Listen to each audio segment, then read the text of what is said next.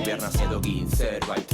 Dirua da, biozgabeko tonisten jaingua, jokua, putren grial santua, beraien garaipenaren kukurrukua. Da holan, gure elkartasuna adore oiua, miseria gorrian dodenentzako aldoa, bankaiko estailoa, norzonekin lasaitu tartu aidea, taigea, bilatzen geure arnasunaren topea, eraldaketa gaitasunaren frontean, lan, gaut egun, bizirauten io puta.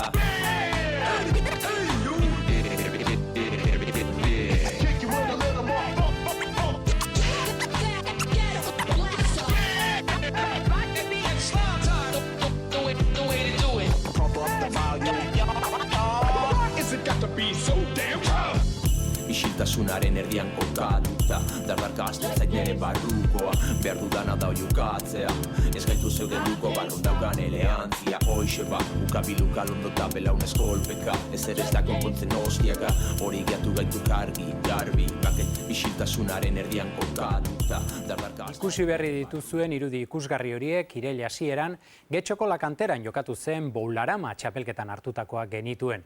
Munduko skaterrik onenak Euskal Herrian izan ziren. Aitzaki hori hartuta, Lakanteran bertan, Txus Domínguez, Lakanterako sortzaileetako bat, eta Ian Campbell indartsu datorren belaunaldi gaztearen skater onentsuenetako elkartu genituen. Garai bateko Santxeskietatik ona gurean ere skatea ari da bidea egiten.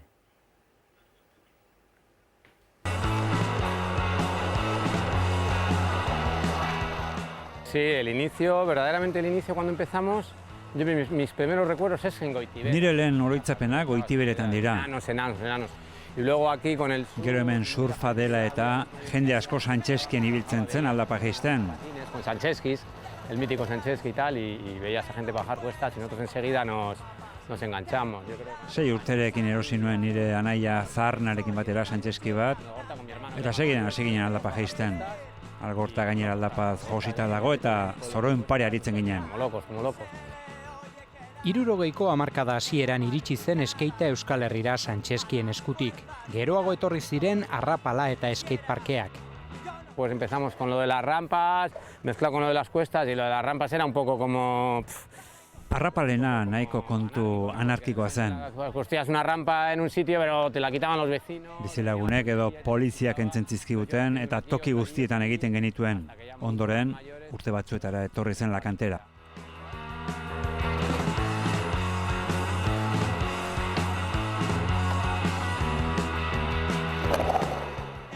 Estuvimos muchos años peleando para hacerla y tal, pues yendo al ayuntamiento, haciendo las típicas...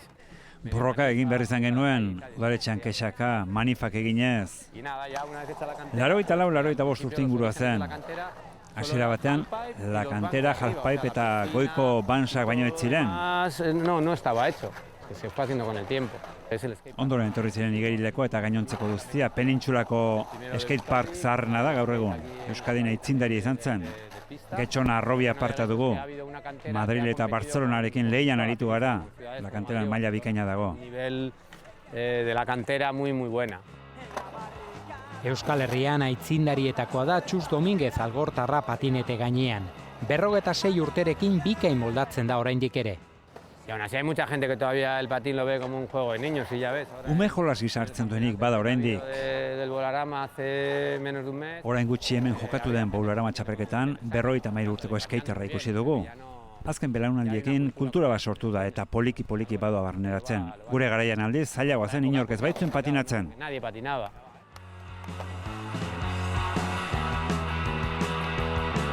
Es el rock de la línea de frente, que se note que estás presente. Es el rock de la línea de frente, que se note que estás presente. Para mí ahora es un medio de vida, aunque me gusta mucho hacer surf, ir a la nieve, deportes así, bueno, vivo de construir pistas de skate y tal. Niretzat gaur egun bizibidea da.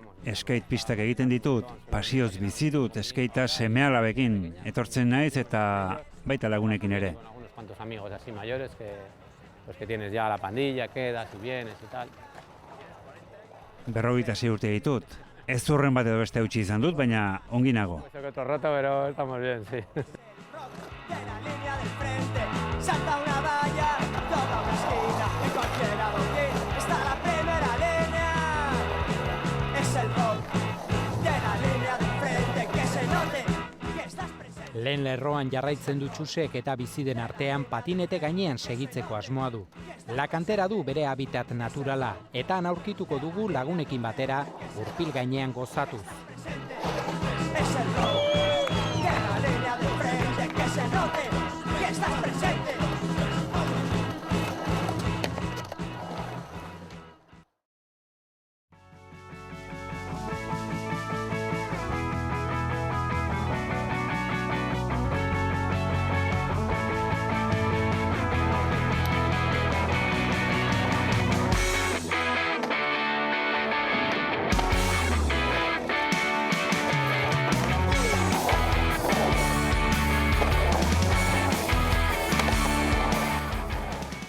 Bai, ni txikian nintzenean, ez dakit, aita beti surfean ibiltzen zen eta skateakin. Eta, goratzen naiz probatu nula eta asko gustatu zitzaidala. Eta, ordundik, skatean ibili izan naiz. Gustoko izan dut beti. Surfa ez zait, surfaren giroa horren beste gustatu. Ez dakit, skatea, pixka bat den esan duzuna, anarkikoa da, ez dakit. Bakoitzak nahi duna egiten du, ez dago zer, ez dakit, azaldu.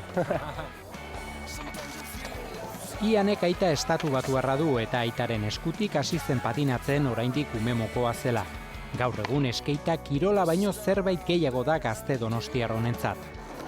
Ez dakit, ondo sentitzen naiz egiten dudanean. Ez dakit, da gustoko dut eta etortzen naiz hemen, ez dakit, ikasten nago edo dena delakoa estresatuta eta ordu bete, 2 ordu eskitan pipa, eta ja nekatu eta etxera jun. Niri gehien gustatzen zaila parkea da. Ez dakit, ja nahiko zarra da, ez dakit zenbat urte ditun, baina ez dakit 30 inguru. Eta niretzat perfekta da, alduanean beti nator. Fisioterapeuta ikasketek ekarri dute Getxora eta aukera duen bakoitzean hurbiltzen da La Kanterara. Ianen esanetan, oraindik bada skatea ulertzen ez duenik ere. Ez dakit, jendea oraindikan kaletik, ez dakit, baldin bazabiltzea skateakin pixka behiatzen dizuteola bizkarran gainetik, baina bestela ez dakit normal, nahiko normal. Azkenean, kirola bada, baina esan dugunez ez dakit pixkat anarkikoa da eta zuzatu zonea, eta kasu skatea eta gero ere lagunak eta dena, eta pixkat hori bizimodua, bai. Iraia hasieran Boularama txapelketaren harira munduko skater onenak lehian ikusi ahal izan genituen La Kanterako skateparkean. Ianentzat ametsa izan zen munduko onenekin patinatu ahal izatea. Ikain, izan zen skater guztiekin profesionalak ez dakit, ikuste dituzu bideotan eta zate, bida tipo hau, eta gero zatoz honea eta sidago horre egiten truko hau, eta flipantea da. Egon nintzen aste guztia beraiekin skatean eta izan zen ikaragarria. Baina hemen bakagu zortea Euskal Herrian trantsiziozko skater nahiko onak ditugula. Adibidez, Alain Goikotxea eta Iban Ribado eta dena hori lujua da horiek ikustea skatean. Ez du skatetik bizimodua ateratzeko asmorik. Ianen ametsa aitak bezala bizi osoan patinatzea da. Skatean, nire aita bezala bizitza osoan egitea skatean. Hori bakarrik.